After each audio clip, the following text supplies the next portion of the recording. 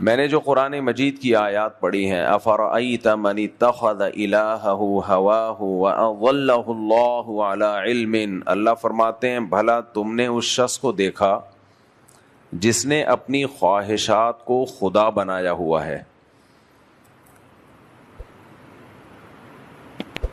انسان انسانیت کی معراج پہ اس وقت پہنچتا ہے، دیکھو انسان کی جو مادی زندگی ہے نا، اللہ کی نظر میں اس مادی زندگی کی کوئی حیثیت نہیں ہے۔ ہم کیا کھاتے ہیں، کیا پہنتے ہیں، کیسی شکلیں ہماری، کیسے ہم بات کرتے ہیں، اللہ کو اس سے کوئی سروکار نہیں ہے۔ نبی صلی اللہ علیہ وسلم نے ارشاد فرمایا، ان اللہ لا ينظر الى اموالکم ولا الى صورکم، اللہ نہ تمہاری دولت کو دیکھتا ہے نہ تمہاری شکلوں کو دیکھتا ہے، کوئی غرض نہیں ہے اللہ کو اس سے۔ اللہ یہ دیکھتا ہے ينظر الى قلوبکم والى اعمالکم، وہ صرف دو چیزیں دیکھتا ہے، تمہارے دل میں کیا ہے اور تمہارے جسم سے نکلنے والا عمل کیا ہے۔ اور آج ہماری نظر میں سب سے زیادہ جس چیز کی ویلیو کم ہے وہ عمل اور دل۔ ہم انسان کو تولتے ہیں اس کی دولت سے، اس کی عزت سے، اس کی شہرت سے، اس کی خوبصورتی سے، اس کی صحت سے۔ اللہ کی نظر میں ترجیحات بالکل الگ ہے۔ اس کی مثال ہے جو ظاہر پرست لوگ ہوتے ہیں نا، ظاہر پرست، وہ ظاہری چیزوں سے متاثر ہوتے ہیں۔ ہر چیز کی ایک حقیقت ہوتی ہے، ایک صورت ہوتی ہے۔ دیکھو آپ پھل کی دکان پہ جاتے ہو تو کیلے لٹکے ہوئے ہوتے ہیں، وہ اتنے خوبصورت نہیں ہوتے جتنے مصنوعی دکانوں پہ کیلے لٹکے ہوئے ہوتے ہیں۔ لوگ گھر میں ڈیکوریشن کے لیے اوریجنل کیلے نہیں لٹکاتے، گھر میں ڈیکوریشن کے لیے آرٹیفیشل کیلے اور آرٹیفیشل سیب رکھے جاتے ہیں جو دیکھنے میں بڑے اٹریکٹیو اور خوبصورت لگتے ہیں۔ دیکھا ہوگا انگوروں کے گچھے لوگوں نے شو کے لیے لٹکائے ہوئے ہوتے ہیں، وہ دیکھنے میں زیادہ اچھے لگ رہے ہیں لیکن وہ ایسے انگور ہیں کہ مکھیاں بھی ان کو لفٹ نہیں کراتی، نہ آپ کو اس میں سے خوشبو آئے گی۔ دور سے آپ اس کی طرف مائل ہو کے جاؤ گے تو صحیح کہ یار یہ کیا ہے، سیب ہے۔ میرے ساتھ ایسا ایک دو دفعہ دھوکا ہو چکا ہے، کسی کنٹری میں پتہ نہیں کسی کے گھر میں گئے تو اتنے وہ اوریجنل لگ رہے تھے بالکل، میں نے جا کے پکڑا ایسے تو پتہ چلا تو پلاسٹک کا سیب ہے۔ تو آرٹیفیشل کیلا، مصنوعی کیلا دیکھنے میں بڑا خوبصورت لگتا ہے، مصنوعی سیب، مصنوعی خربوزہ بڑا خوبصورت لگتا ہے دیکھنے میں، لیکن جب آپ قریب جائیں گے تو بھائی اس میں نہ خوشبو ملے گی نہ ذائقہ ملے گا آپ کو۔ تو اب مجھے ایک بات بتاؤ، دنیا میں اس سے بڑا پاگل کون ہوگا جو اس اوریجنل کو چھوڑ رہا ہے اور اس مصنوعی کو لے رہا ہے صرف اس لیے کہ یہ دیکھنے میں اچھا لگ رہا ہے؟ تو بیچنے والا پوچھے گا نا تم اس مصنوعی سیب کو، مصنوعی کیلے کو کیوں خرید رہے ہو؟ یہ جواب میں کہا یار دیکھنے میں یہ زیادہ اچھا لگ رہا ہے۔ کہے گا بھائی تو ایسا کر، کسی ڈاکٹر سے اپنا علاج کرا، ڈیکوریشن کے لیے چاہیے تو لے جاؤ، کھانے کے لیے یہ والا نہیں چلے گا جو دیکھنے میں اچھا لگ رہا ہے۔ کھانے کے لیے تو وہ اچھا لگے گا جو داغی دار ہو۔ ویسے جنرل نالج کی میں بیچ میں باتیں کرتا رہتا ہوں، سیب بھی وہ مزیدار ہوتا ہے جو داغی سیب ہوتا ہے۔ مالداروں کے چوچلے ہیں کہ خوبصورت سیب خرید کے پیسہ بھی زیادہ خرچ کرتے ہیں اور بد ذائقہ سیب اٹھا کے لے آتے ہیں جس میں نہ رس ہوتا ہے، نہ ذائقہ ہوتا ہے، نہ انرجی ہوتی ہے، وہ پھسپھسا سا ہوتا ہے، دیکھنے میں لگ رہا ہوتا ہے بڑا بڑا۔ تو سیب وہ لیا کریں کوک کی گیند کی طرح، سر پہ مارو تو بندے کے دو ٹکڑے ہو جائیں، ایسے کچ کر کے آواز ہے جب اس کو یوں کرے نا، کچ کر تھوڑا سا ہرا ہو۔ خیر یہ ٹوٹکے میں شروع کر دیتا ہوں بیچ میں۔ تو عقل مند آدمی کبھی بھی اس ظاہر سے متاثر نہیں ہوگا، وہ کہے گا جب یہ اس میں نہ وہ خوشبو ہے نہ اس میں کے اندر وہ ذائقہ ہے. تو انسان کو بھی تولنے کے, انسان کو بھی ناپنے کے مختلف طریقے ہیں. جانور کو ناپنے کا ایک ہی طریقہ ہے, گوشت کتنا ہے اس میں. ہر جانور کی ویلیو اس حساب سے لگائی جاتی ہے جس کے لیے قدرت نے اس کو بنایا. گدھا قیمتی ہے. کون سا گدھا قیمتی ہوگا؟ جو لوڈ زیادہ اٹھا لے گا. اس گدھے کو کہا جائے گا یہ کیا ہے؟ بولیں, قیمتی گدھا ہے, لوڈ زیادہ اٹھا لیتا ہے. ابھی قربانی کے دن چل رہے ہوں گے, یہ بیل بڑا زبردست ہے. کون سا بیل اچھا ہے؟ اونچا ہو, گوشت تو اس میں, اس کو ہم کہیں گے یہ اچھا بیل ہے. تو ہر چیز کو تولا جاتا ہے اس کام کے حساب سے جو کام اس کے ذمہ لگایا گیا ہے. جانور کا کام ہے, گائے ہے تو اس کا کام ہے دودھ دینا, زیادہ دودھ دے گی اس کی قیمت زیادہ ہوگی. گدھے کا کام ہے سریا لاد کے لے کے جانا. وہ اگر سارے کام کر رہا ہے, یہ کام نہیں کر رہا, تو کسی کام کا ہے بھائی؟ تھوڑی کسی کام کا ہو گیا. تو ہمیں اس سے یہ پتا چلتا ہے کہ جس کے ذمے جو کام لگایا جاتا ہے نا, اور آسان مثالیں دے دیتا ہوں میں. آپ مزدور گھر میں لے کر آئے, اس کے ذمے آپ نے کام لگایا کنواں کھودو. اب کیا ہے, وہ کنواں نہیں کھود رہا, وہ باقی سارے کام کر رہا ہے. وہ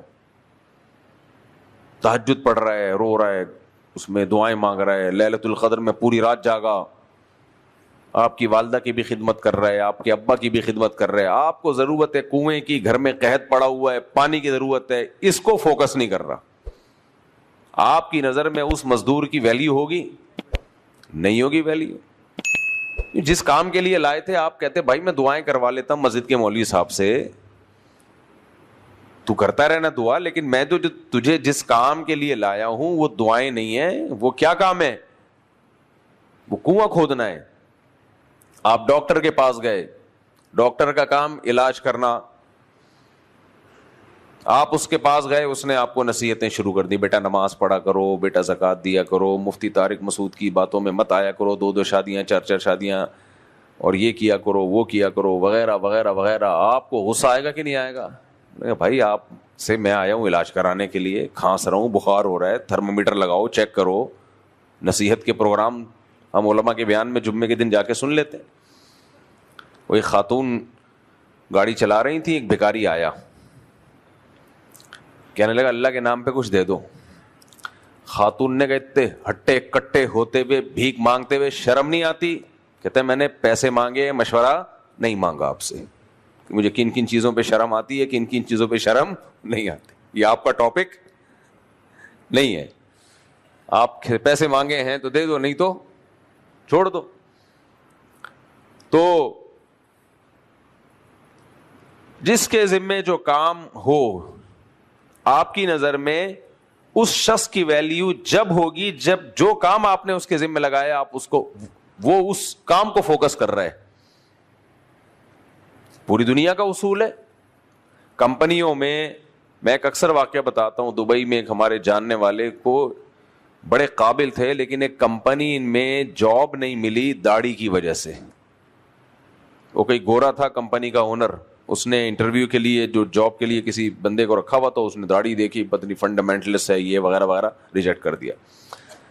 جو کمپنی کا اونر تھا گورا, اس نے جب اس کی پورے ڈاکومنٹس دیکھے تو اس نے کہا تو بڑا قابل آدمی ہے, تو اس کو کیوں ریجیکٹ کر دیا؟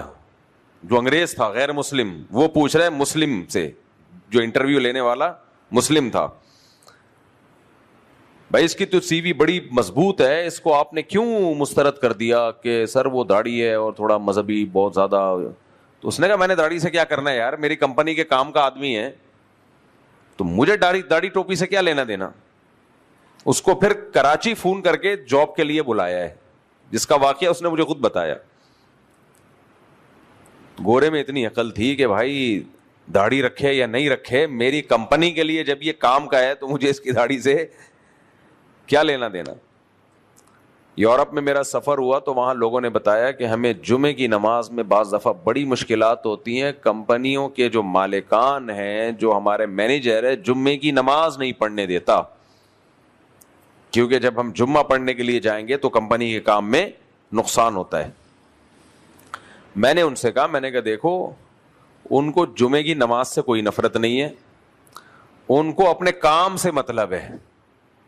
تو تمہیں جمعے سے اس لیے نہیں روک رہے کہ ان کو جمعے سے کوئی نفرت ہے, وہ اس لیے روک رہے ہیں کہ ان کو پتا ہے کہ یہ 1-1.5 گھنٹہ جمعے میں لگائیں گے, ہمارا کام نقصان ہوگا. تو آپ ان کو یہ بولو کہ سر ہم جمعے کے دن گریوی میں 2 گھنٹے اضافے لگائیں گے. سمجھ میں آ رہی ہے بات؟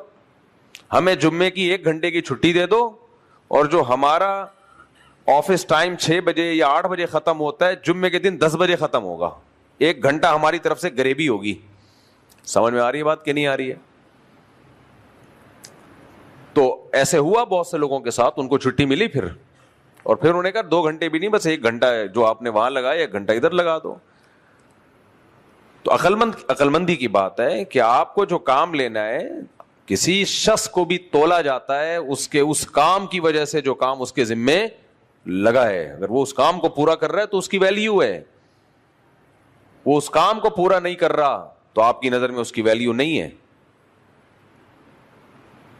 آپ نے شادی کی, آپ کی بیگم جو ہے وہ بہت زبردست ڈاکٹر ہے, بڑی پروفیشنل اور بلکہ سائنٹسٹ ہے, اور وہ ناسا میں بڑی اچھی, وہ بھی مارس پہ سیارہ بھیجنے کے لیے اسی کو بھیجا جا رہا ہے کہ یہ پائلٹ بن کے جائے گی اس میں. لیکن سارا دن وہ غائب رہتی ہے, پورا ہفتہ غائب. 1 مہینے کے بعد آپ کی وہ بھی ملاقات مریخ پہ ہو رہی ہے اس سے, کہیں وہیں بلا لیا اس نے, خلا میں آ جاؤ, فی الحال میرے پاس ٹائم نہیں ہے. تو آپ بولو گے بھائی میں تیری کوالیفیکیشن کا مجھے کیا فائدہ, بولو گے کہ نہیں بولو گے؟ وہ کہہ رہی میں اتنی بڑی سائنٹسٹ, دیکھو میری قابلیت دیکھو. آپ کہو گے باپ سلوٹ آپ کو, آپ بہت بڑے سائنٹسٹ ہیں, لیکن میں نے بیگم بنا کے غلطی کر لی. آپ کو بیگم وہی ہوتی ہے جو زمین پہ رہے. کیا خیال ہے؟ زمین پہ رہتی, گھر میں میری اماں کی خدمت کر لیتی, میٹرک پاس ہوتی, اماں کی خدمت کر لیتی, مجھے سنبھال لیتی, وقت پہ چائے بنا کے دے دی تھی. میں ذرا مصروف آدمی ہوں, بزی ہوتا ہوں, تو مجھے چائے پانی ٹائم پہ مل جائے, بچے کچھ پیدا کر لیتی, بڑھاپے میں کام آ جاتے. یہ ناسا والے بڑھاپے میں میرے تھوڑی کام آئیں گے. کیا خیال ہے بھائی؟ پینشن بھی تجھے ملے گی, مجھے تھوڑی ملے گی. حالانکہ اس کا بڑا مقام اور بڑا عزت اور مرتبہ, لیکن آپ کی نظر میں اس کی ویلیو ہوگی؟ بولو نا کیا ہو گیا. اسی طرح میاں کے کبھی یہی حال ہے. میاں جی بہت بڑا آفیسر ہے, اور سمجھو صدر وزیر اعظم بن گیا, بہت بڑا سائنٹسٹ بن گیا. بیگم کو نان نفقہ نہیں دے رہا, وہ نہ ٹائم دے رہا ہے, نہ خرچہ دے رہا ہے, نہ ٹائم دے رہا ہے. بیگم کہے گی کہ آپ میرے خرچے نہیں پورے کر رہے, مجھے ٹائم نہیں دے رہے. آپ کو تجھے پتہ نہیں ہے میں ہوں کون؟ میں بہت بڑا آدمی ہوں, جا کے جمشید سے پوچھ, وسیم سے پوچھ, غفار سے پوچھ, ستار سے پوچھ کیا مقام ہے میرا. یا میں بہت بڑا مفتی ہوں, لوگوں سے پوچھ کتنی دور دور سے آتے ہیں بیان کرنے کے لیے, بیان سننے کے لیے. فلاں سے پوچھ, فلاں. وہ کہے گی بھائی کیا کرنا ہے میں نے پوچھ کے, میرے کس کام کے. تو اسی طرح اولاد کا معاملہ ہے. بچہ بہت ہی بڑی فلم ہے, بہت بڑے ہوتے ہیں, لیکن ماں باپ کی خدمت نہیں کر رہا, ان کو ٹائم نہیں دے رہا. تو ابا کہیں گے بیٹا تو ساری دنیا کے لیے ہمارے کسی کام کا نہیں ہے. تو ہر شخص دوسرے کو تولتا ہے اس کام سے جو اس شخص نے اس کے ذمہ کام لگایا ہے, اور جو کام یہ چاہتا ہے کہ مجھے وہاں سے ملے. تو میرے بھائی جب ہم میں سے ہر شخص دوسرے کو تولتا ہے, اور ہر شخص کا ایک کرائٹیریا ہے, معیار ہے دوسرے کو تولنے کا, تو کیا اللہ کا کوئی معیار نہیں ہوگا انسانوں کو تولنے کا؟ اللہ کی نظر میں کوئی معیار نہیں ہے کہ کون کتنا وزنی ہے, کتنا قیمتی ہے, کتنا بھاری ہے. جو فنکار اداکار ہوتے ہیں ان کی نظر میں تولا جاتا ہے کون کتنا ہینڈسم ہے, کتنا خوبصورت ہے, ایکٹنگ کون اچھی کر لیتا ہے. تو ہر ایک کا معیار ہے. گلوکاروں سنگر میں دیکھا جاتا ہے آواز کس کی اچھی ہے, ان کو شکلوں سے مطلب نہیں ہوتا, آڑا ترچھا ہوگا, آواز خوبصورت ہے, چل بھائی بہت بڑا سنگر بنا دیا اس کو. تو ہر ایک کا ایک معیار ہوتا ہے ناپنے کا, تولنے کا. اللہ کا بھی ایک معیار ہے انسانوں کو ناپنے کا. اور اللہ کہتے ہیں یہ جو تمہارے جتنے معیارات ہیں نا, جس سے تم ایک دوسرے کو ناپتے ہو تولتے ہو, یہ اوریجنل نہیں ہے, یہ صورت ہے, صورت شکل ہے. جیسے میں نے بتایا نا, ایک سیب ہوتا ہے سچی مچی کا سیب, ہو سکتا ہے اس کی شکل اچھی نہ ہو, اور ایک سیب کی شکل ہوتی ہے پلاسٹک کا سیب, شکل اس کی اوریجنل سیب سے بھی اچھی ہوتی ہے. کیا خیال ہے بھائی, آپ لوگ تھک تو نہیں گئے؟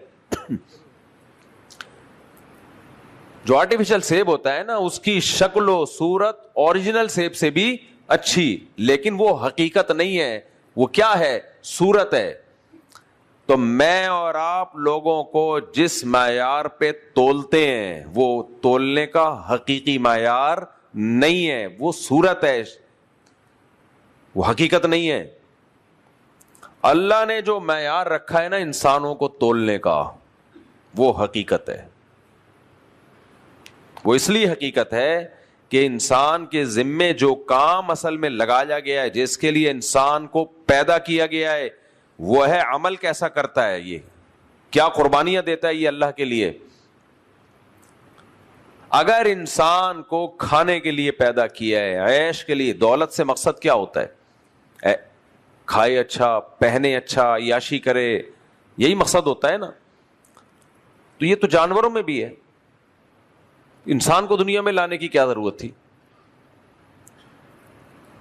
اللہ نے انسان کو جو فضیلت دی ہے وہ اس بیس پہ, کہ یہ اس بیس پہ نہیں کہ اپنی خواہشات زیادہ سے زیادہ پوری کرے گا. اللہ نے انسان کو فضیلت اس بیس پہ دی ہے, یہ اپنی خواہشات کو کنٹرول کرنا جانتا ہے. اس کا دل چاہے گا پھر بھی نہیں کرے گا بہت سے کام. یہ آپ نے کبھی دیکھا بکری کو بھوک لگ رہی ہے اور کھانا ہو اور وہ نہ کھائے؟ کبھی تصور ہے اس کا؟ بولو نا بھائی. نہیں. گائے کو دیکھا بھوک لگ رہی ہے, چارہ ڈالے نہ کھائے, یا تو پیٹ خراب ہوگا یا ہاضمہ خراب ہوگا, وہ لازمی منہ مارے گی چارے میں. جانوروں کو اپنی خواہشات پہ کنٹرول نہیں ہے. یہ انسان ہے واحد مخلوق جو اللہ کی خاطر پورا پورا مہینہ بھوکا پیاسا رہ سکتا ہے. یہ انسان ہے جو اللہ کی خاطر اپنی نظروں کو جھکا سکتا ہے, چاہت کے باوجود کہ دیکھنے کا دل چاہے پھر بھی نظر کو جھکا لے. یہ انسان ہے جس کو پتا ہے کہ میں 2 نمبری کر کے 10 روپے کی چیز کو 100 اور 200 روپے میں بیچ سکتا ہوں, کروڑ پتی بن سکتا ہوں, مالدار بن سکتا ہوں, لیکن اپنی خواہشات کو کنٹرول کرے اور حلال پر قناعت کرے, حلال پہ گزارا کرے. یہ پاور اللہ نے کس کو دی ہے؟ انسان کو. میں اکثر ایک واقعہ سناتا ہوں, موضوع کی مناسبت سے دوبارہ ریپیٹ کر دیتا ہوں. ایک بڑے بزرگ تھے, ان کا مناظرہ ہوا کسی ہندو پنڈت سے. تو اس ہندو پنڈت نے کہا کہ ہم دیکھتے ہیں کہ اسلام سچا ہے یا ہندو مذہب سچا ہے, تو اور کہا کہ میں یہ پوری دیگ کھا کے دکھاؤں گا, آپ بھی کھا کے دکھاؤ. یعنی گویا کہ یہ میرا معجزہ ہوگا ایک قسم کا, کہ ایک دیگ انسان کھا نہیں سکتا, لیکن یہ میرا معجزہ ہوگا اور میں پوری دیگ کھا جاؤں گا. یہ اس کی علامت ہوگی کہ بھگوان کس کے ساتھ ہے؟ بولو نا, یہ میرے ساتھ. ہونا تو یہ چاہیے بھگوان دیگ کے ساتھ ہے. تجھے نا آپ نے بولا نا دیگ کے ساتھ, اچھا لقمہ دیا. تو پوری دیگ کھا جاؤں گا, حالانکہ پیٹ میں اتنی اسپیس نہیں ہوتی, لیکن وہ دیکھنا غائب ہو جائے گی. یہ معجزہ ہوگا, یہ اس کی علامت ہوگی کہ بھگوان کس کے ساتھ ہے؟ میرے ساتھ. وہ جو بزرگ تھے وہ تو تھے ہی باریک سے, غالباً مولانا قاسم نانوتوی تھے, پتہ نہیں مولانا یعقوب نانوتوی رحمۃ اللہ علیہ تھے, بہت ہی باریک سے تھے وہ, دبلے پتلے سے. وہ تو چاول کی ایک پلیٹ بھی بھر کے نہیں کھا سکتے تھے, وہ کہاں سے مقابلہ کرتے بھائی.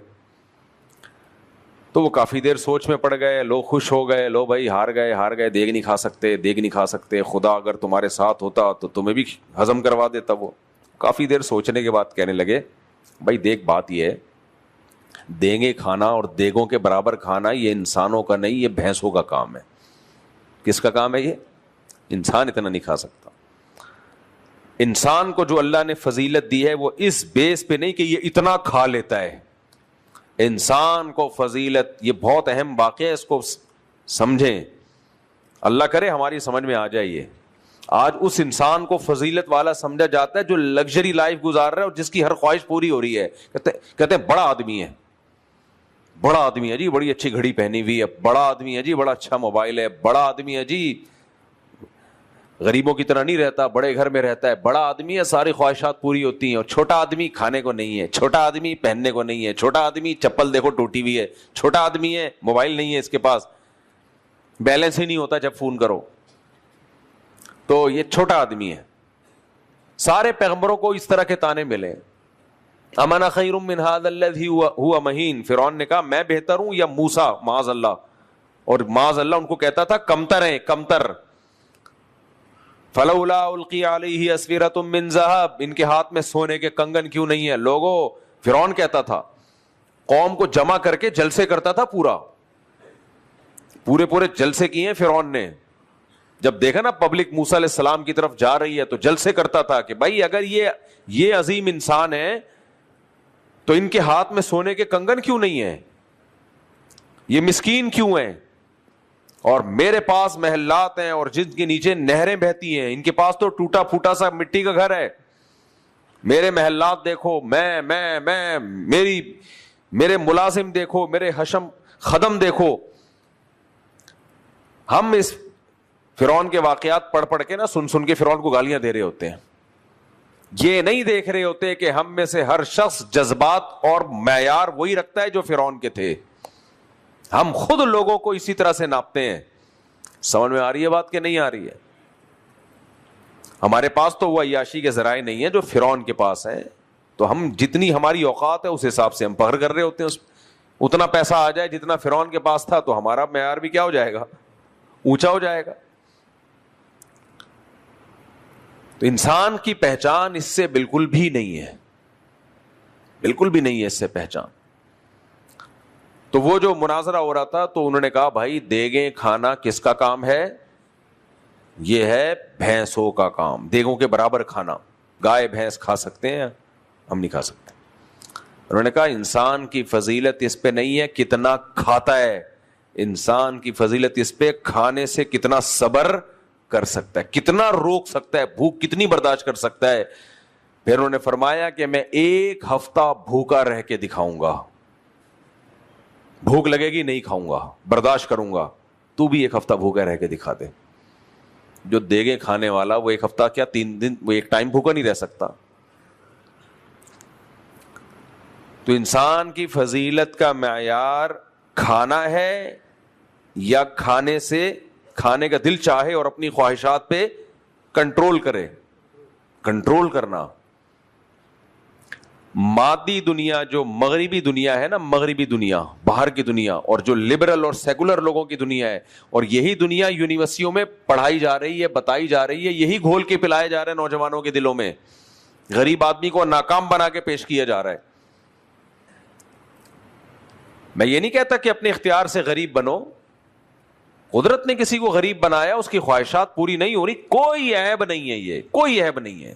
انسان کا معیار اس کو ناپنے کا یہ 100% غلط ہے کہ اگر اس کے پاس پیسہ نہیں ہے یا اس کی خواہشات پوری نہیں ہو رہی.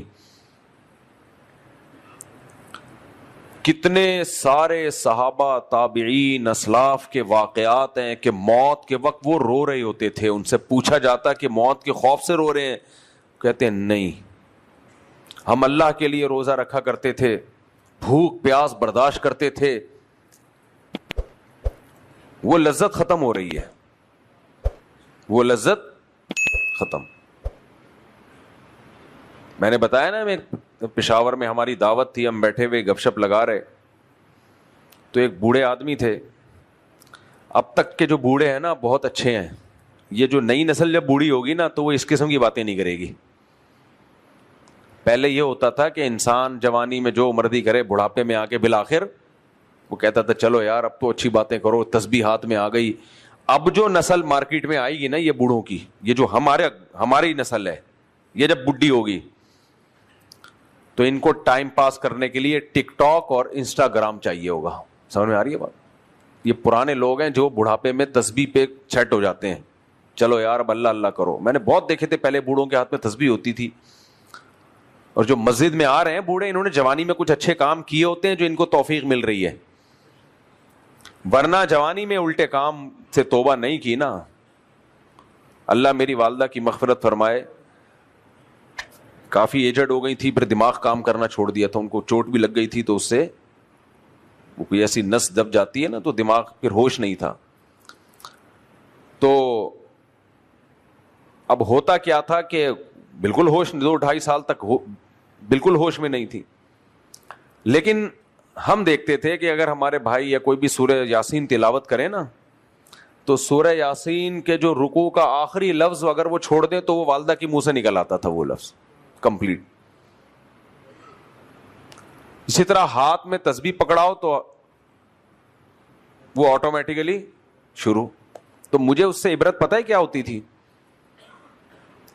کہ ہمارا بڑھاپا پتہ نہیں کیسا ہوگا. ہمارے بڑھاپے میں اللہ ہم سب کو بچائے, میں کوئی بڑے ہونے کا نیک ہونے کا دعویٰ نہیں کر رہا, ہم سب ایک ہی جیسے ہیں.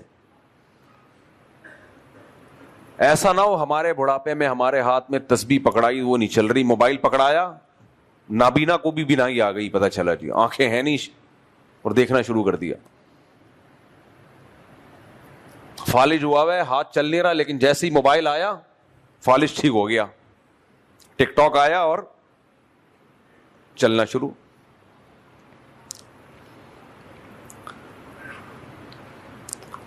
ہمارے حضرت ایک واقعہ سنایا کرتے تھے کہ ایک گھوڑی بے قابو ہو گئی نا, اس زمانے کی گھوڑی, یوں نہیں سرکش گھوڑی ہوتی ہے, بے قابو ہو گئی, قابو میں نہیں آ رہی, پکڑ رہے ہیں اس کو, بھاگ رہے ہیں, رو ادھر ادھر ادھر, بڑی مصیبت ہو گئی یار, یہ تو اچھی بھلی تھی, اس کو ہو کیا گیا ہے.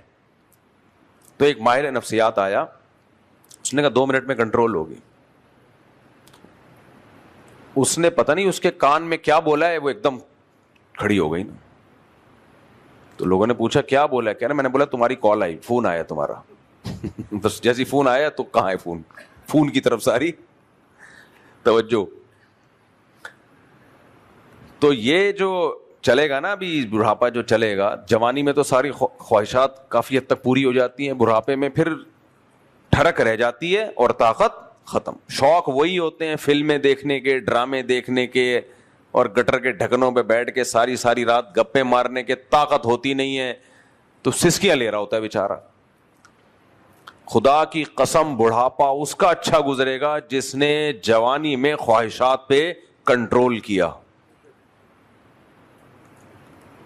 تو میں بتا رہا تھا بہت سارے اصحاب رسول تابعین کے واقعات ہیں کہ وہ موت کے وقت رو رہے ہوتے تھے. غالباً جابر بن عبداللہ رضی اللہ تعالیٰ عنہ کا ایک بہت بڑے تابعی ہیں سوید ابن غفلہ, کہتے ہیں ان کی زبان خشک ہو گئی تھی روزے رکھ رکھ کے, موت کے وقت کہنے لگے, رو رہے تھے کہ وہ جو اللہ کی یاد میں گرمیوں کے روزے برداشت کرتا تھا تو وہ لذت تو ختم ہو گئی. ہمیں کیا ہوتا ہے, ہمیں رونا آ رہا ہوگا ہماری دودھ جلیبیاں چھوٹ گئیں ہیں بھائی. کتنے لوگ مل رہے ہوتے ہیں, بیٹا کچھ نہ پوچھو, ہم جو کھایا کرتے تھے نا ہوٹلوں پہ جا کے, ایک وقت میں 1 کلو مرغا تو کھا جاتا تھا, اب تو بیٹا کھایا نہیں جاتا. ہم اس پہ, میں کسی بوڑھے کا مذاق نہیں اڑا رہا, ہمارا مجھے لگتا ہے کہ ہمارے اعمال ایسے, ہمارا انجام کیا ہوگا, یہ ہوگا. اپنے بچوں کو بتا رہے ہوں گے, بیٹا تمہارے دور میں یہ 1 بکرا تو کچھ بھی نہیں تھا, چربی پہ تو ہم 1 گھنٹہ بیان کیا کرتے تھے, انڈا کیسے پکایا جاتا ہے, اور 5 انڈے پانی میں, آج میرا کوئی کلپ چل رہا تھا, 5 انڈے اکٹھے کھلا رہا تھا میں لوگوں کو پانی میں بوائل, وہ نا تل کے. اب وہ پورے بیان سے اتنی سی چیز نکال لی کسی نے شارٹ کلپ, تو وہ لوگ سمجھ رہے شاید میں جمعے کے دن بیٹھ کے لوگوں کو انڈا پکانے کے طریقے بتا رہا ہوتا ہوں بیٹھ کے. تو 5 انڈے کھایا کرتے تھے بیٹا, ہمارا بڑھاپا کیا ہوگا, جو حالات چل رہے ہیں نا اس نسل کے, بیٹا ایک اور کر رہے ہوتے ہیں کچھ بوڑھے لوگ ابھی بھی بتا رہے ہوتے ہیں میں تو یہ کرتا تھا، میں تو یہ کرتا تھا. ایک آدمی بوڑھا ہو گیا تو اس کو ٹھوکر لگی نا، اب ٹھوکر لگی تو بےچارہ گرنے لگا تو کہتا ہے ہائے جوانی، ہائے جوانی. پھر تھوڑا آگے جا کے دیکھتا ہے دائیں بائیں کوئی دیکھ تو نہیں رہا، پھر کہتا ہے بھائی جوانی میں کون سے تیر مار لیے تھے تو نے. تو بڑھاپے میں ہم اس طرح کی باتیں کر رہے ہوں گے، ہم یہ کھا لیا کرتے تھے، ہم یہ کر لیا کرتے تھے. صحابہ کو اس کا غم ہوتا تھا. ایک صحابی تھے، انہوں نے نبی صلی اللہ علیہ وسلم سے عرض کیا یا رسول اللہ میں پوری زندگی روزے رکھنا چاہتا ہوں. آپ نے منع کیا کہ نہیں بھائی اتنا نہیں. فرمایا نہیں میں رکھ لوں گا. اب جب انہوں نے رکھنا شروع کیے تو جوانی میں تو رکھتے، روزانہ روزے سے ہوتے تھے، بڑھاپے میں نہیں ہو پایا ان سے. اب وہ بہت افسوس کیا کرتے تھے کہ کاش میں ساری زندگی روزے رکھنے کی حالانکہ نظر منت نہیں مانی، صرف نیت کی تھی.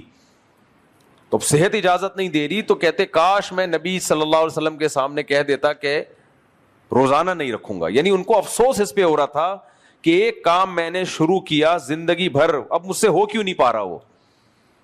اور میرے اور آپ کا کیا حال ہوتا ہے، میں 2 پراٹھے کھایا کرتا تھا، کاش اب بھی کھا سکتا، اب مجھ سے 1 سے زیادہ ہضم. یہ ہے یا نہیں ہے مجھے بتاؤ، اس میں کوئی شک ہے؟ یار پہلے تو بریانی آتی تھی پوری پوری دیگ پھوڑ دیا کرتے تھے یار، اب پتہ نہیں کیا شوگر کیوں اتنی ہائی ہو جاتی ہے 2 نوالے چاول کے لے لو تو. کاش میں اسی طرح سے کھاتا رہتا،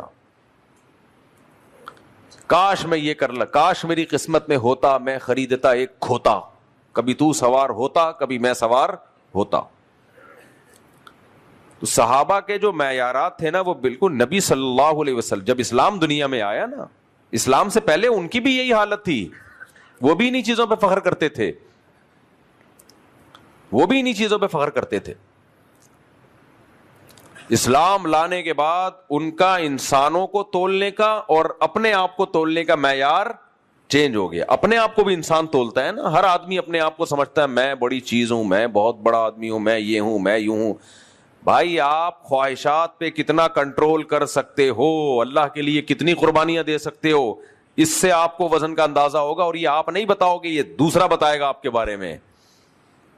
انسان اپنے بارے میں خوش فہمیوں میں مبتلا ہوتا ہے، خاص طور پہ 2-4 لوگ تعریف کر دے نا تو انسان سمجھتا ہے یہ بالکل پہلی دفعہ اس نے صحیح بات کی ہے. آپ کو ہر خبر جھوٹی لگے گی، کتنا ہی معتبر نیوز چینل ہو، کوئی خبر دے رہا ہو، شک ہوتا ہے کہ پتہ نہیں یار سچ بول رہا ہے کہ یہ جھوٹ بول رہا ہے. شک ہوتا ہے کہ نہیں ہوتا؟ یار پتہ نہیں یہ صحافی نے جو تجزیہ کیا کہیں سے پیسے تو نہیں لیے ہوئے اس نے، یار یہ جو اخبار میں خبر آئی ہے پتہ نہیں یار ایسا تو نہیں غلط ہو. ہر خبر میں 100% انسان کانفیڈنٹلی نہیں کہتا کہ یہ سچی خبر ہے، لیکن اگر کوئی آپ کے بارے میں کہتے آپ بہت اچھے انسان ہو، اوپر سے کہہ رہا ہوتا ہے ارے نہیں یار ایسا نہیں ہے، دل میں کہہ رہا ہوتا ہے پہلی دفعہ اس نے زندگی میں صحیح بات کی ہے. دل میں یہ ہوتا ہے، اوپر سے تواضع کرے گا، ارے نہیں کہاں، میں تو خاکسار، میں تو خاک پاک کے برابر بھی نہیں ہوں آپ کی. اندر سے کہہ رہا ہوتا ہے یار صحیح کہا ہے یار، دوبارہ بول یار. ہمارے حضرت ایک واقعہ سنایا کرتے تھے، آج ذرا ہلکا پھلکا بیان کر رہا ہوں، آخری روزہ ہے نا، سب تھکے، میں پوری رات نہیں سویا اور فجر سے لے کے اب تک بھی نہیں سویا ہوں، مجھے نیند ہی نہیں آئی ہے، پتہ نہیں دماغ میرا خشکی ہو گئی ہے کیا ہو گیا. تو میں تو سوچ رہا تھا آج ناغہ کروں، لیکن میں نے کہا ہلکا پھلکا لائٹ موڈ میں آج لے کے چلتا ہوں، لائٹ موڈ میں. تو ہمارے حضرت فرمایا کرتے تھے کہ انسان نا ایک تو اپنی تعریف سن کے فوراً یقین کر لیتا ہے کہ بالکل صحیح کہہ رہے، حالانکہ قرآن کہتا ہے بل الانسان علی نفسہ بصیرہ. انسان اپنے بارے میں غور کرے نا تو جتنا اپنی برائیوں کا انسان کو خود پتا ہوتا ہے کسی اور کو نہیں پتا ہوتا. اپنے بارے میں سب کچھ پتا ہوتا ہے لیکن خود جان کر گھننا بنتا ہے، بیوقوف بنتا ہے. کبھی اکیلے میں بیٹھ کے غور کرے نا، اپنے آپ کو سامنے رکھ کے، دوسرا اپنے آپ کو ناپنے کا طریقہ پتہ ہے کیا ہے؟ کہ آپ تھوڑی دیر کے لیے فرض کر لیں کہ آپ اپنے سامنے بیٹھے ہوئے ہیں، پھر آپ اس کو بتائیں تو یہ بھی کرتا ہے، تو یہ بھی کرتا ہے، تو یہ بھی کرتا ہے، تو یہ بھی کرتا ہے، تو یہ بھی کرتا ہے، پھر پتہ چلے گا کہ آپ کتنے نیک ہو. تو حضرت فرمایا کرتے تھے کہ انسان باتیں سن سن کے نا متاثر ہو جاتا ہے. جیسے آپ کی کوئی تعریفیں کرتا رہے, جیسے مشہور لوگ ہوتے ہیں ان کی تعریفیں لوگ کرتے رہتے ہیں, آپ بہت اچھا, آپ بہت, وہ بیچارے اس خوشحمی ہو جاتے ہیں کہ شاید واقعی ہم کیا ہیں, حالانکہ ان کو اپنی برائیاں معلوم ہوتی ہیں. تو فرماتے تھے کہ ایک واقعہ سناتے تھے کہ ایک آدمی تھا گاؤں میں, اس سے کسی نے آ کے کہا کہ تو ادھر کپڑے دھو رہا ہے اپنے بیٹھ کے, تجھے پتہ نہیں ہے تیری بیوی بیوہ ہو گئی ہے. تو اس نے کہا پاگل آدمی, میں زندہ ہوں تو میری بیوی بیوہ کیسے ہو سکتی ہے؟ تو اس نے کہا بھائی میں تو آیا ہوں تیرے کو بتانے کے لیے, اب تو یقین کرے نہ کرے تیری مرضی ہے. اس نے کہا بھائی چل نکل یہاں سے, میں زندہ ہوں تو میری بیوی کہاں سے بیوہ ہو گئی؟ دوسرا بندہ آیا, اس نے کہا جمشید تو یہاں کیا کر رہا ہے؟ تیرے گھر میں صفے ماتم بچھی ہوئی ہے, رونا دھونا. کہہ رہے کیوں, کیا ہوا؟ ارے تیری بیوی بیوہ ہو گئی ہے. اب پہلے کو جتنا زور سے ڈانٹا تھا نا اس نے, اس کو تھوڑا سا کم. بولا کیا باتیں کر رہا ہے یار, جب میں زندہ ہوں اور یہ بول بھی رہے کہ میری بیوی, تو میرے زندہ ہوتے وہ بیوہ کیسے ہو گئی؟ بھائی تیری مرضی, یقین نہ کر, لیکن ہمیں تو حیرانگی ہو رہی ہے. تیرے گھر میں تیری بیوی کا جنازہ پڑا, تیرے گھر میں تیری بیوی کے شوہر کا جنازہ پڑا ہوا ہے اور تو یہاں بیٹھا ہوا ہے مصروف. اس نے کہا چل نکل یہاں سے, پاگل آدمی, میری بیوی بیوہ. تیسرا آدمی, چوتھا آدمی, پانچواں آدمی, اتنے لوگوں نے آ کے بتایا کہ اب یہ تکڑ گھر بھاگ رہا ہے. لوگ کہہ رہے ہیں کیا ہو گیا؟ کہہ رہے بھائی میری بیوی بیوہ ہو گئی ہے. ایک خبر جب بار بار چلتی ہے نا تو لوگ سمجھتے ہیں دنیا کا سب سے بڑا مسئلہ یہی ہے. تو یہ جھوٹی خبر جب انسان مان لیتا ہے, بار بار جب اس کا تکرار ہو, تو اپنی تعریفوں کی خبر جو ایک دفعہ میں بھی اچھی لگتی ہے, جب وہ بار بار کوئی کہے گا تو وہ کیوں نہیں آدمی مان لے گا بھائی؟ وہ تو آدمی کہتا ہے بالکل صحیح ہے, صحیح کہہ رہے ہو تم لوگ. بل الانسان علی نفسہ بصیرہ. اللہ کہتے ہیں قیامت کے دن ہمیں حساب لینے کی ضرورت نہیں ہے, یہ تو ہم فارمیلٹی پوری کرنے کے لیے حساب لیں گے, ورنہ اصل میں انسان کو خود اپنے کرتوت پتہ ہے کہ میں کہاں جاؤں گا, میں جنتی بنتا بھی ہوں کہ نہیں بنتا. کوئی ایک علامت جنتیوں والی نہیں پائی جا رہی. اللہ کہتے ہیں الذین هم فی صلاتہم خاشعون, جنتیوں کی علامت نماز قائم کرتے ہیں. دوسری علامت نمازوں میں خشوع پیدا کرتے ہیں. تیسری علامت مما رزقناہم ینفقون, وہ کنجوس نہیں ہوتے, ہماری راہ میں خرچ کرتے. یہ ساری خواہشات کے خلاف کام ہو رہا ہے کہ نہیں ہو رہا؟ نماز پڑھنے میں خواہشات پوری ہوتی ہیں, ٹوٹتی ہیں, وقت نکالنا پڑتا ہے, باؤنڈ ہونا پڑتا ہے. اس دوران آپ کو جب نیت باندھ لی, باؤنڈ, کوئی کام نہیں کر سکتے آپ. فجر کی نماز کتنی مشکل, نیند قربان کرو. عصر کی نماز کاروبار قربان. ظہر کی نماز کاروبار قربان.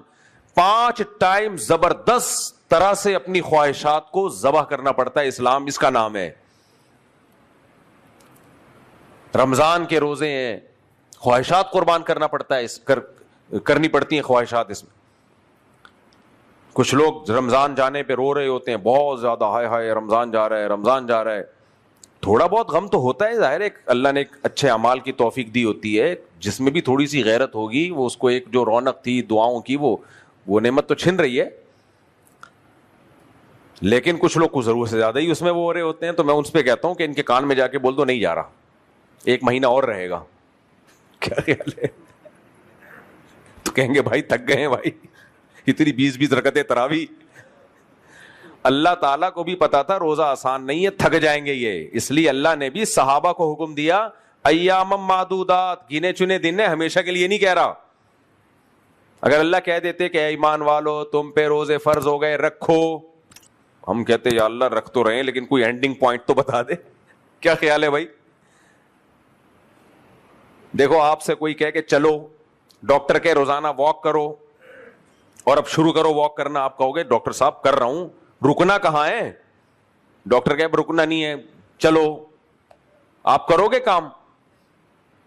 نہیں ہوگا بھائی. تو اللہ کی رحمت ہے, اللہ نے جہاں رمضان کے روزے فرض کیے تو اللہ یہ بھی کہہ سکتے تھے اے ایمان والو تم پہ روزے فرض کیے گئے ہیں, رکھنا شروع کر دو, پھر میں بتاؤں گا کب روکنا ہے. ہر دن ہم میں سوچتے یار شاید آج وہی نازل ہو جائے کہ بس کل نہیں رکھنا, آج ختم. جب صبح اٹھتے بھائی نہیں بھائی ابھی بھی رکھنا ہے, تو کتنی ٹینشن ہوتی. کیا خیال ہے؟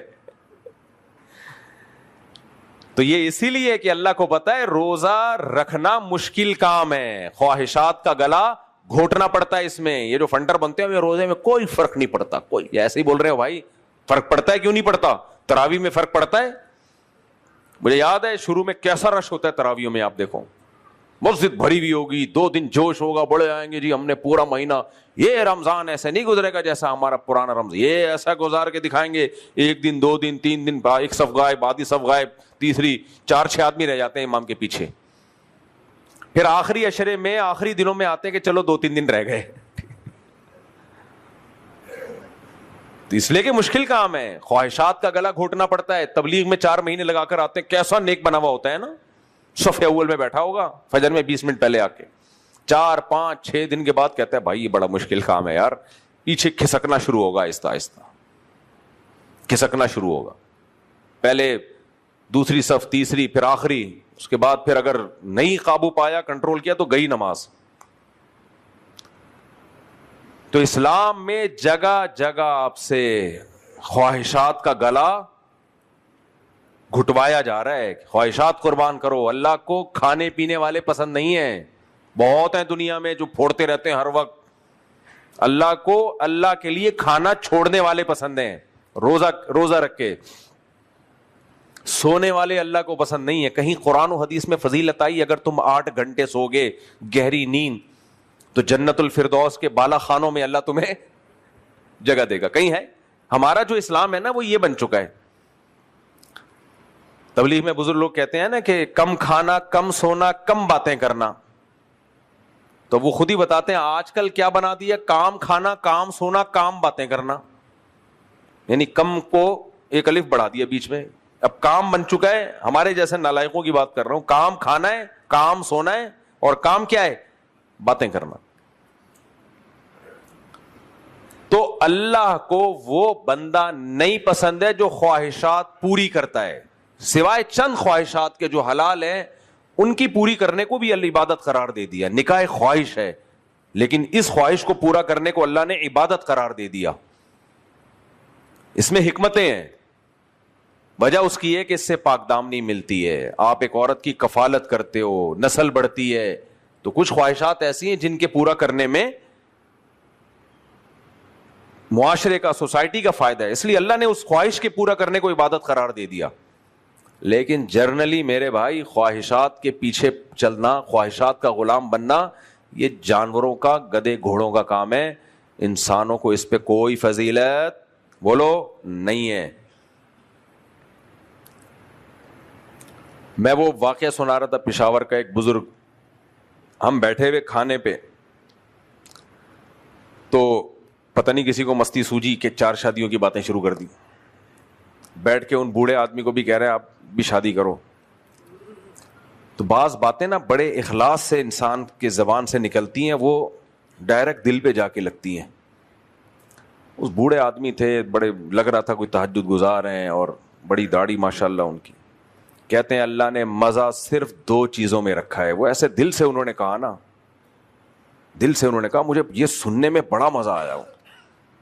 اتنا مزہ آیا کہ جب بھی میں اس کو ریپیٹ کرتا ہوں نا تو بعض دفعہ مجھے اپنی آنکھوں پہ کنٹرول نہیں ہوتا. اتنا لطف آیا ان کے اس جملے, کیونکہ دل سے نکلی تھی نا. ایک ہوتا ہے نصیحت کے پروگرام پیش کیے جا رہے ہوتے ہیں, بڑی بڑی باتیں پھینکی جا رہی ہوتی ہیں, باتیں تو سب کر رہے ہوتے ہیں بہت بڑی بڑی.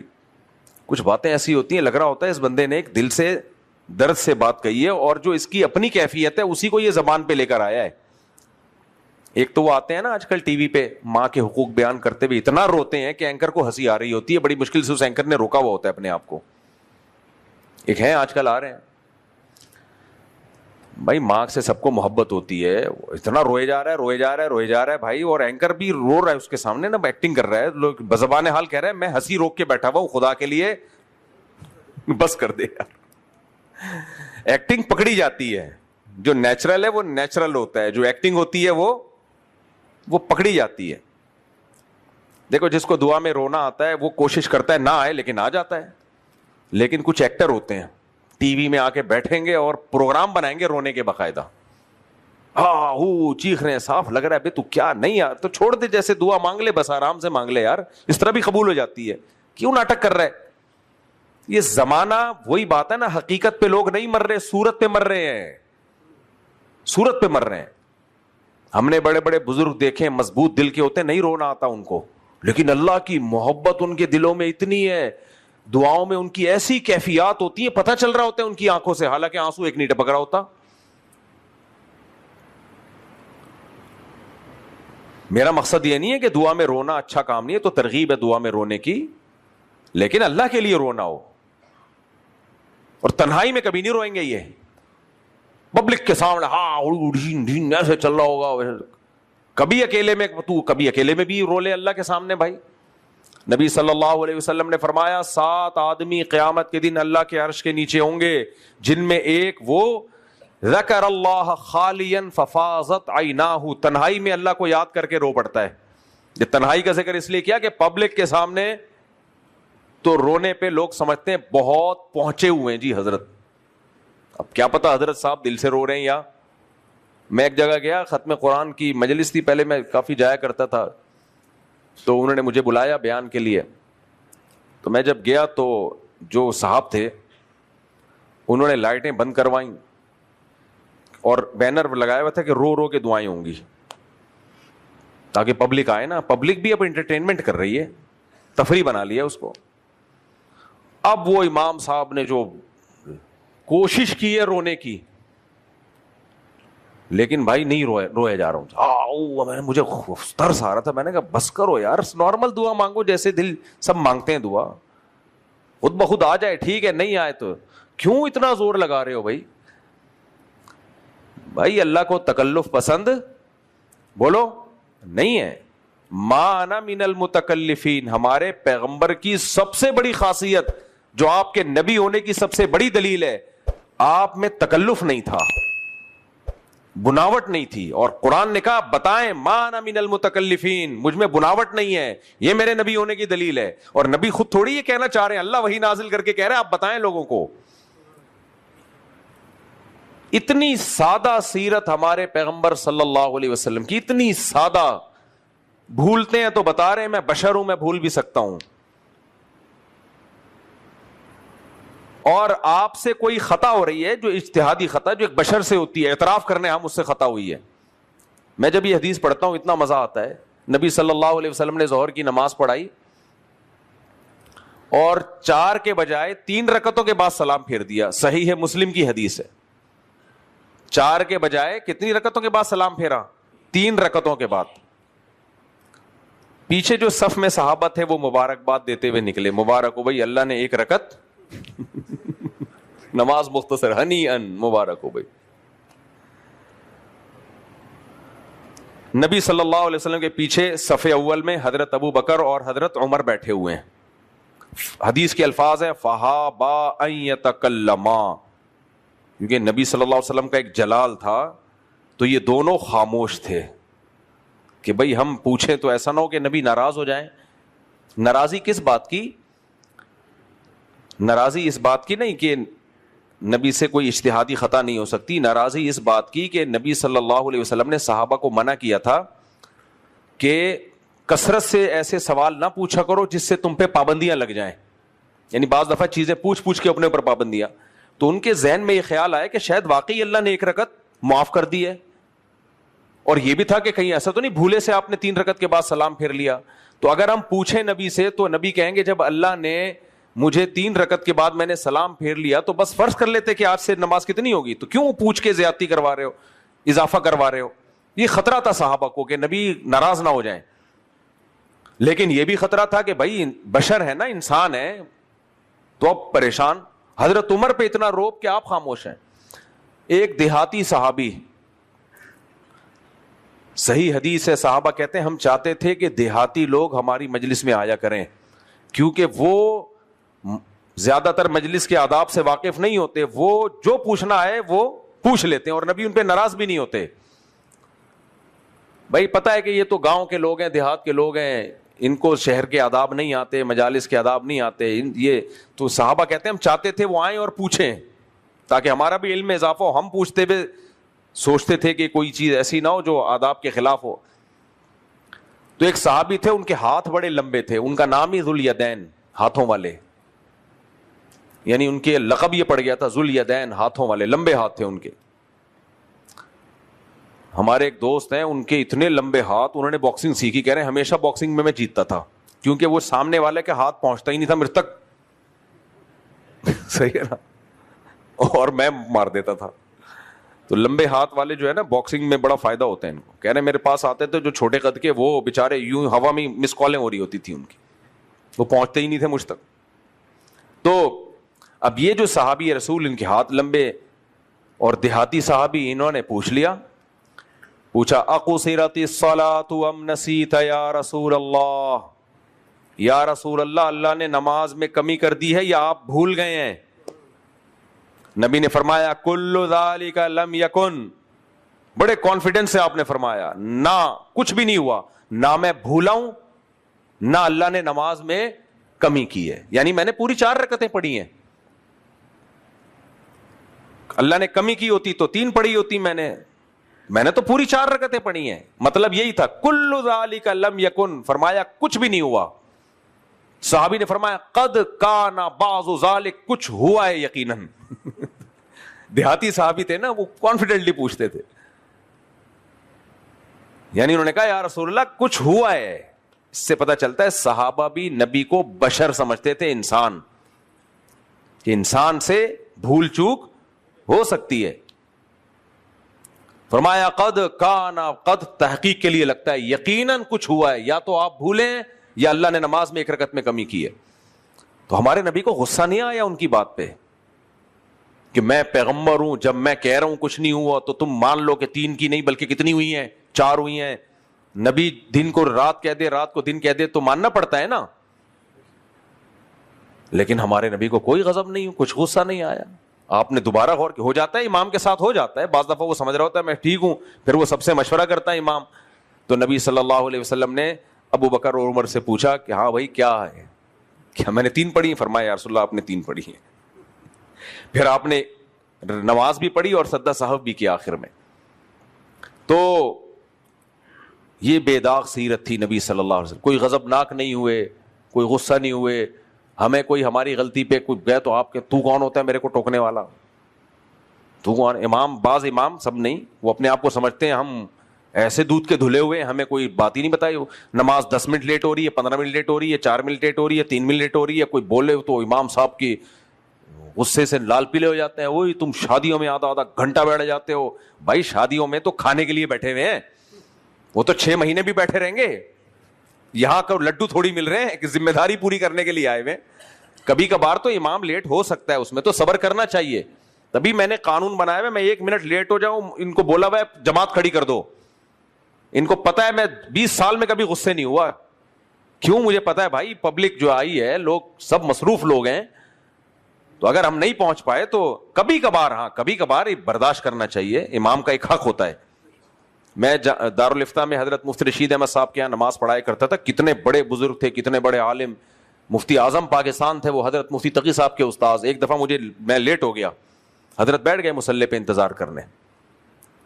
کہ نہیں جب تک امام نہیں آئے گا ہم انتظار کریں گے. حالانکہ کتنے علماء تھے نماز پڑھانے کے لیے، لیکن حضرت نے کہا نہیں، یہ امام کا اکرام ہے کہ انتظار کیا جائے اس کا، کوئی بات نہیں. کبھی حالانکہ 1 سیکنڈ کے پابند تھے وہ. تو کبھی کبھار امام لیٹ ہو جائے تو پبلک جو ایک دم جو جیسے توے پہ لے جا کے بٹھا دیا لوگوں کو، ایسے ہل رہے ہوتے ہیں جیسے نیچے سے کیا ہے گیس باقاعدہ آ رہی ہے. حالانکہ سوئی گیس میں گیس اکثر آتی نہیں ہے، لیکن یہ وہ توا ہے جو جل رہا ہے. اچھا فجر میں نہیں ہوتا ہے، فجر میں آرام سے بیٹھے ہوں گے، فجر میں کم ہوتا ہی ہے. وجہ کیا ہے کہ نیند پوری ہوئی ہوئی ہے، ڈپریشن نہیں ہے، اسٹریس نہیں ہے، تو آرام سے بیٹھے ہوئے. اب ظہر میں تھکے ہوئے ہوتے ہیں نا، تو ذرا سا 1 سیکنڈ لیٹ ہو جاؤ ایسے مڑ مڑ کے دیکھ رہے ہوں گے، تو یہ بھی غلط ہے بھائی. لیکن امام کو بھی وقت کی پابندی کرنا ضروری ہے. یہ غلط ہے، کبھی کبھار تو ہو جاتا ہے لیکن بار بار ہو تو یہ غلط ہے. پھر وہی ہے، وقت کی پابندی پہ بیان کرنے پہنچے اور آدھا گھنٹہ لیٹ پہنچے تو لوگ کیا اثر لیں گے بھائی. تو یہ ہمارے نبی صلی اللہ علیہ وسلم کی سیرت تھی. آپ نے کوئی خدا ہونے کا دعویٰ نہیں کیا. بخاری کی حدیث ہے آپ صلی اللہ علیہ وسلم فجر کی نماز پڑھانے کے لیے آئے، صحیح ہے، بخاری کی حدیث ہے. اگر بخاری میں نہ ہوتی لوگ توہین رسالت کا فتویٰ لگا کے واجب القتل اور سر قلم کر دو یہ فتوے لگا دیتے. اب مجبور ہو گئے، بخاری میں آ گئی ہے تو سب سے پہلے تو امام بخاری پہ فتویٰ لگاؤ. صحیح ہے بخاری کی حدیث, ہمارے نبی صلی اللہ علیہ وسلم مصلی پہ آئے, کھڑے ہوئے, اقامت ہوئی, اقامت کمپلیٹ ہوئی ہے, آپ نے فرمایا یا ایھا الناس انما انا بشر مثلکم, اے لوگوں میں تمہاری طرح کا انسان ہوں, انسا کما تنسون, بھول سکتا ہوں جیسے تم بھول سکتے ہو. پھر کیا فرمایا, مجھ پہ غسل فرض ہے, میں بھول گیا تھا, ابھی مجھے یاد آیا کہ مجھے غسل کرنا ہے. صحابہ انتظار میں کھڑے رہے, بتاتے ہیں نبی گئے اور آپ کے پٹے والے بال تھے, اس سے پانی بہ رہا تھا, غسل کر کے آئے اور نماز پڑھائی. آپ آج کسی امام کے ساتھ ایسا ہو جائے نا, بیچارہ بغیر وضو بھولے سے پڑھا دی, اس کی تو وہ شامت آتی ہے. میرے ساتھ ایک دفعہ ہو گیا تھا, پتہ نہیں کوئی کپڑوں پہ کہیں ناپاکی لگی تھی, خون لگا تھا, مجھے یاد نہیں. تو مجھے نماز کے بعد جب میں نے دیکھا یہ تو خون کا دھبا ہے, کہ دانا وانا نکل گیا ہوگا, پھوٹ گیا ہوگا. تو میں گیا, میں نے بولا کہ بھائی نماز دوبارہ پڑھیں. اب اصولی بات یہ ہے کہ جب امام کہہ رہے ہیں نماز لوٹا دیں, کوئی وجہ ہوگی نا, چھوڑ دو اس کو, بس نماز پڑھ لو. کیا ہو گیا یہ آج اگر ایک دفعہ اور پڑھ لی, کیا خیال ہے بھائی, غریبی سمجھ لو اس کو. لیکن جو میرا دماغ چاٹا ہے لوگوں نے, میں بیٹھا ہوں, پہلے میں پیچھے بیٹھتا تھا وہاں, بتائیں ہوا کیا تھا, ویسے ہوا کیا تھا. میں نے کہا بھائی کچھ ہوا ہوگا نا, نہیں پھر بھی کیوں بتائیں کیا ہوا تھا, کیوں بتائیں. شریعت نے حکم یہ دیا ہے کہ اگر آپ کا وضو ٹوٹ جائے نا نماز میں, تو آپ ناک پہ ہاتھ رکھ کے نکلو, میسج یہ جائے کہ نکسیر پھوٹی ہے. کیونکہ اگر کسی کی بالفرض ہوا خارج ہوئی ہے تو وہ یہ تھوڑی بتائے گا جی ہوا خارج ہو گئی تھی میری, کیا خیال ہے, اچھا لگے گا بتاتا ہوا. نبی صلی اللہ علیہ وسلم کی محفل لگی ہوئی تھی, کسی کی ہوا خارج ہوئی تو بعض لوگوں کو ہنسی آ گئی. آپ صلی اللہ علیہ وسلم نے ناراضی کا اظہار فرمایا, فرمایا ایسی چیز پہ کیوں ہنستے ہو جو تمہارے ساتھ بھی ہو سکتی ہے, کیوں ہنستے ہو. جو بعض گاؤں دیہاتوں میں ہم نے سنا اپنے شاگردوں سے, وہ دور دراز کے علاقے ہیں نا, ان میں یہ اتنا کہ اگر کسی کی محفل میں ہوا خارج ہو جائے نا آواز کے ساتھ, تو اس بیچارے کی اتنی بے عزتی ہوتی ہے. تو ہمارے ایک شاگرد بتا رہے تھے کہ ان کے گاؤں میں کہیں ایسا ہوا, تو وہ اتنی بے عزتی ہوئی اس کی کہ اب کہیں بھی گزرا ہے کہ دیکھا یار یہ وہ ہے جس کی یہ اس نے وہ ہوئی تھی, وہ اس کی وہ گاؤں چھوڑ کے چلا گیا. 15-20 سال کے بعد آیا نا, کہ شب بھول بھلائیاں ہو گیا. جیسے ہی آیا لوگوں نے بولا وہی آ گیا جس کے, بھائی یہ تو نیچرل ہے, کسی کے ساتھ بھی ہو سکتا ہے. ایک دفعہ ہم کہیں بیٹھے ہوئے مجلس میں, تو کہیں کسی کے ساتھ ہو گیا ہوگا, تو وہ لوگ کہہ رہے ہیں کہ صفائیاں دے رہے ہیں, میں نے نہیں کیا, میں نے نہیں کیا. میں کہہ رہا ہوں تمہیں صفائی دینے کی کیا, میں پوچھ رہا ہوں کہ کس نے کیا. یہ اس سے انسان کا اندازہ ہو جاتا ہے کہ اس کی کھوپڑی یہ کتنا باشعور انسان. 4